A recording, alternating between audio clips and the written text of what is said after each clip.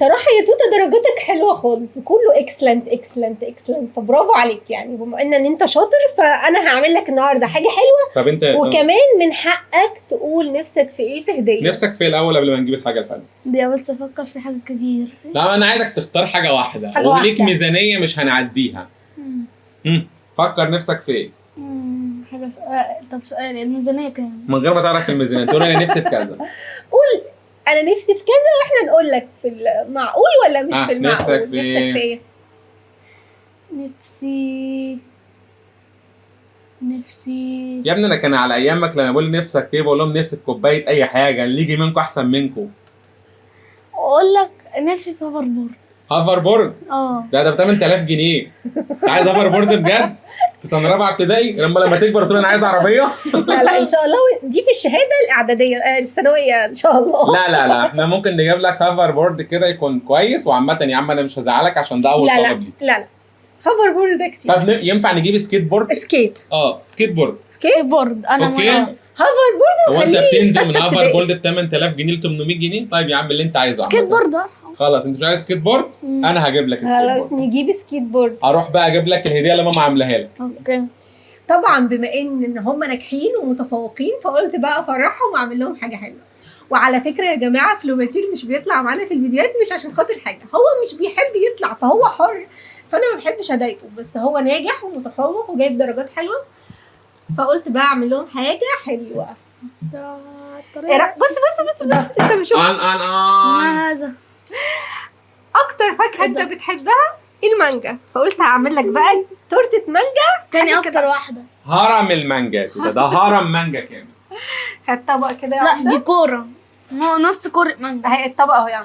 الشوك ده نطلعها. ندوق الاستاذ انطونيوس الاول. على فكره التورته دي رائعه يعني، برافو عليك يا نرمين.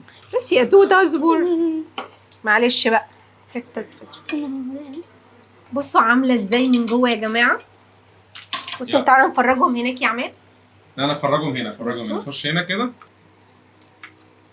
احلى تورته مانجا باسهل طريقه. يا طبقاتك يا نرمين. شفتوا شكلها حلو ازاي؟ لا انا عايز ادوق. بس بصراحه شكلها من جوه جامد. انا عايز ادوق، مش دي اللي ادوق منها؟